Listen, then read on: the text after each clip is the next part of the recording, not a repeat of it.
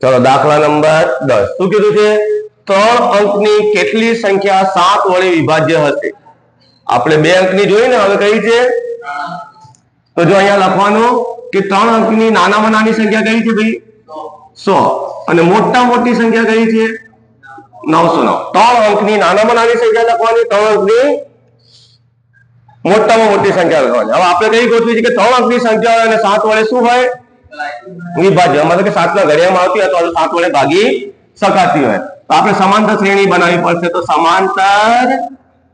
શ્રેણી ચલો 100 7 ના ઘડિયામાં આવે છે ના 101 ના 102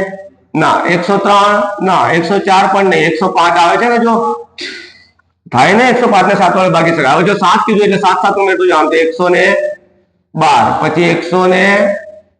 હવે પાછળથી જુઓ 999 ને 7 વડે ભગાય પોઈન્ટ માં જવાબ આવે ને 999 ને 7 વડે ભાગીએ તો જો 7 એકા 7 કેટલા બચશે 2 9 7 ચોક 28 1 9 7 દુ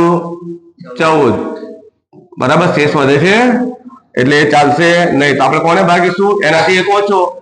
998 એ પણ ભગાશે નહીં 997 નહીં 996 995 ભગાશે 994 ભગાઈ જશે જો 994 ને 7 વડે ભાગીએ 7 એકા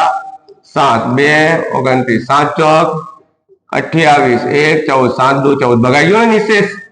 બરાબર તો આપણે કોનો ઉપયોગ કરો છેલ્લું પદ કયું થશે આપણું 994 એ 7 ના ઘડિયામાં આવી જશે તો ચલો અહીંયા પ્રથમ પદ એ બરાબર કેટલું આવ્યું આપણું 105 ડી એટલે બીજા પદમાંથી પહેલું પદ 112 માંથી 105 જશે એટલે કેટલા આવશે 7 અને આ છેલ્લા પદને શું કહેવાય એન તો એન કેટલો થશે 994 આપણે શું ગોતવાનું છે ભાઈ એન તો મતલબ કે કેટલા હશે 3 અંકના 7 ના ગુણિતો સૂત્ર શું છે આપણું એન બરાબર a plus n minus 1 into d n એટલે છેલ્લું પદ કેટલું છે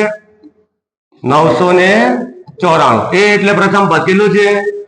105 n તો આપણે ગોતવાનું છે -1 ડી કેટલો આવ્યો છે 7 ચાલો 105 પ્લસ છે આ બાજુ આવે તો કેવું થઈ જાય માઇનસ તો ઓલી બાજુ બચશે શું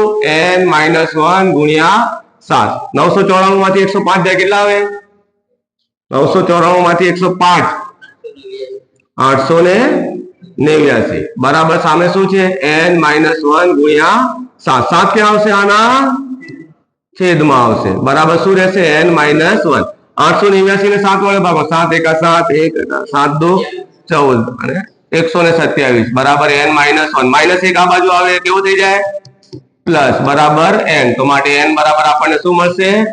128 मतलब કે એવી 128 સંખ્યા હશે 3 અંકની કે જે 7 વડે શું થતી હોય ભાગી શકાતી હોય સમજ્યા